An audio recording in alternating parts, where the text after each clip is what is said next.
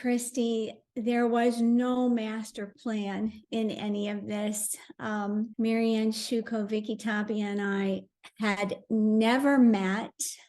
We wrote our books about our personal experiences in isolation. Vicky's book and mine were written as memoir of personal experiences. Marianne's is fiction, but based upon her work as a nurse. So the roots of AlzAuthors were purely self-serving. At the time, I was trying to gain an audience for my novel, Blue Hydrangeas, and it's really hard to sell a book about Alzheimer's disease, even a novel. So I was in another group of authors who were helping each other promote their books. So I just got this idea. Maybe I could find other authors of dementia books who would want to do the same thing. And so I reached out to Jean because I knew Jean. She had reached out to me when her book was being published to ask me to read it for her, which I did, and it was terrific. They didn't know how intimately they were connected to me because I had read their books when I was on my journey with both parents diagnosed at the same time. And I reached out to Marianne, just kind of reaching up to greatness, you know, would she read my book? I'm thinking she's going to throw it in the trash. And she says, I love your book, and caregivers have a hard time finding these things. Would you work with me to promote other books written from personal experience about Alzheimer's? And I said, you bet.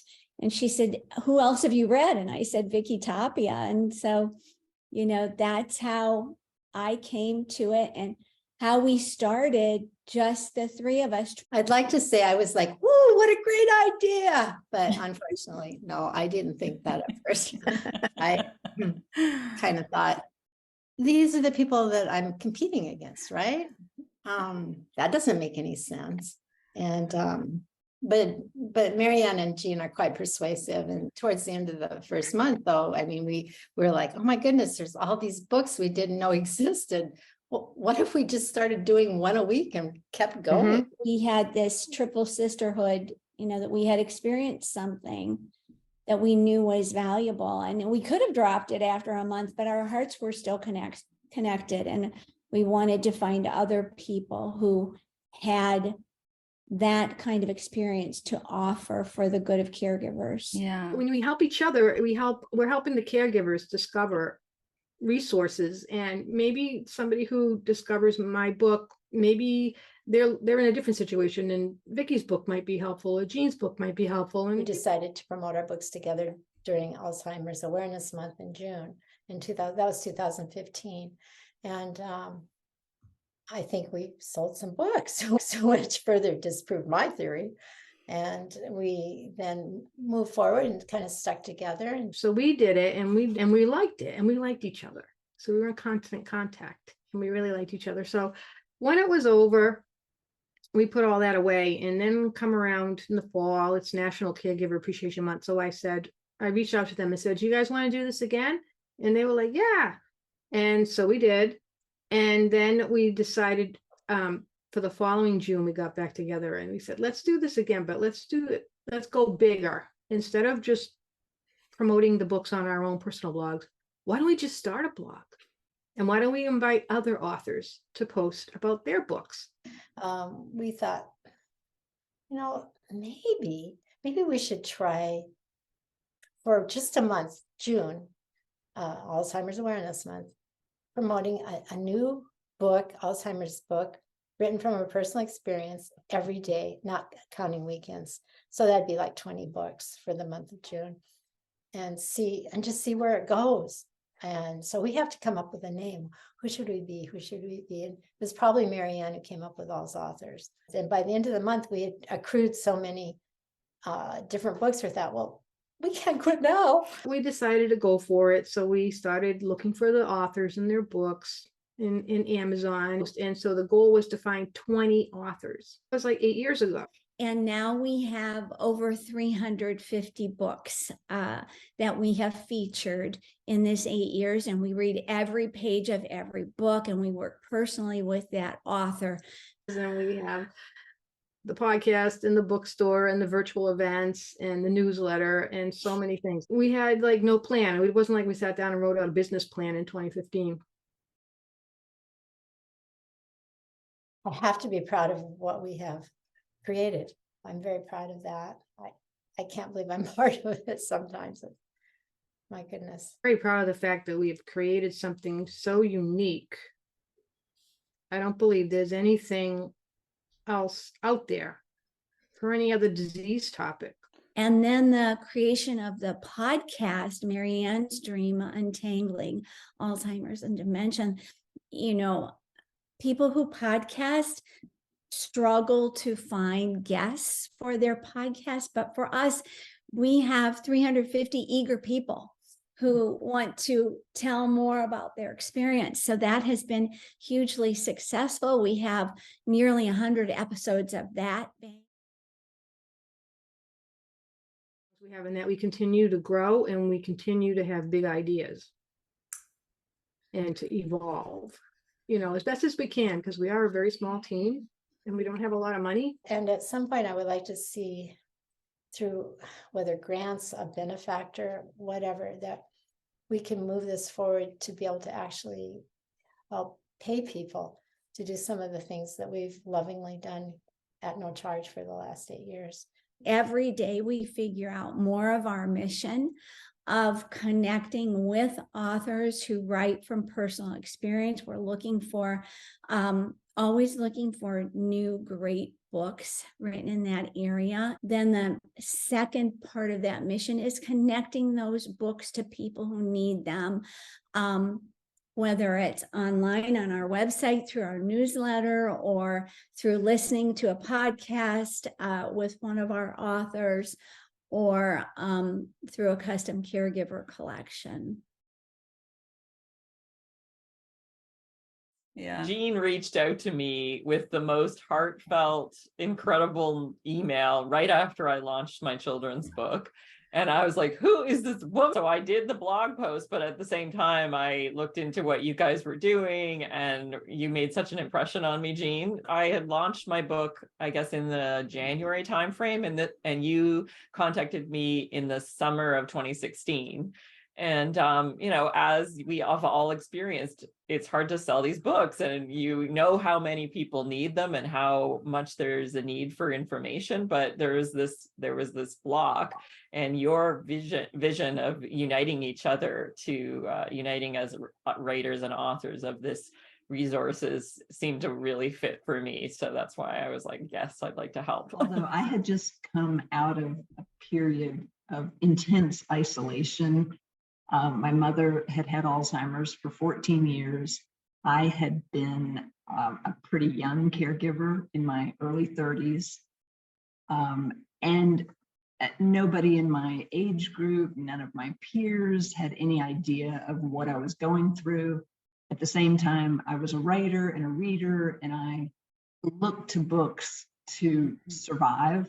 Books really saved my life over and over again. After I had finished writing my book, I just really wanted it to reach the audience that I wrote it for, because I didn't want anybody to have to go through the experience of caring for a loved one as I did, so alone. I wanted them to have that handrail. Well, I wrote my memoir, In Search of Rainbows, in 2019. And it was during that time that Vicki and I were actually corresponding through different caregiver groups. So we were kind of familiar with each other. And of course, once I launched my book, my memoir, they asked me to post, and of course I did. And I felt such a connection as an AlzAuthor, so I decided to volunteer. And once I started doing that, it just kind of took off from there. I started doing the author memes, helping to promote other authors. And it was so meaningful. I felt that connection of everybody else.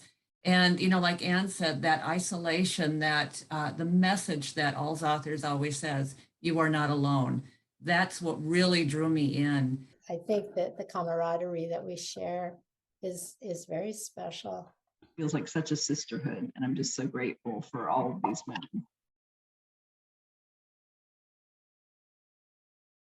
We have made these little libraries of 15 to 25 books with AlzAuthors branded bookends, that our mission is to get those into care communities and spaces where seniors gather, something that grew on its own out of need. So we started talking about doing that. We launched that eventually. From there, I became an assistant manager, and then about a year later, I became manager and board member. I quickly realized, as several of you have said, that it is hard to get people to buy books about dementia. And I think it's especially true of fiction, which is what I write, because, you know, they might say, oh, I really need this caregiver's guide or this other information, but fiction, I want to enjoy myself. I don't want to read about this.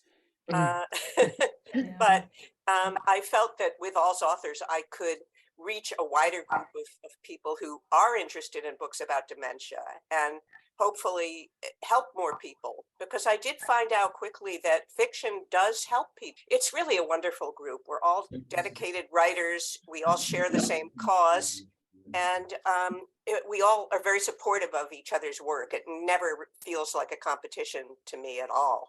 I'm a relatively new member. I just joined in February 2022.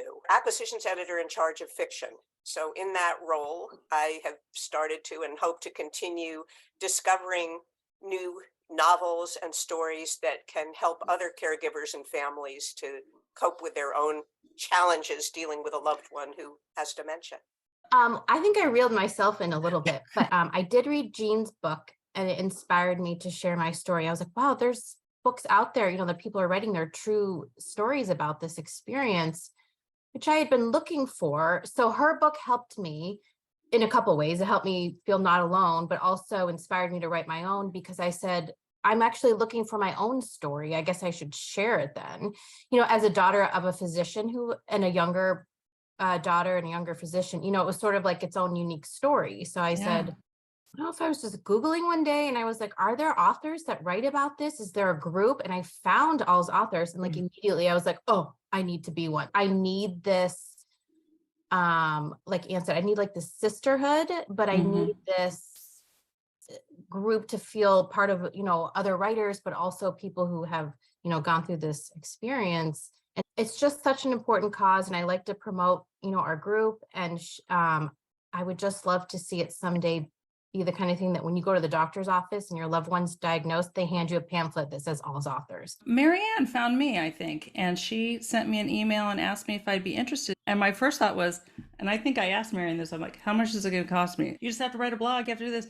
Anyway, you know, even the a small administrative fee is totally worth it, because this has been, it helped me to feel more like actually an author. And now that I've gotten to know and read many of your books, I just feel like what some other folks have said, this sisterhood, this feeling. Each person that comes into the organization really brings, you know, their own story and adds something new. And just seeing this group of 9 faces, I'm like, oh, what a gift each person has been and is. Right, I'm going to take a quick screenshot. Everybody smile.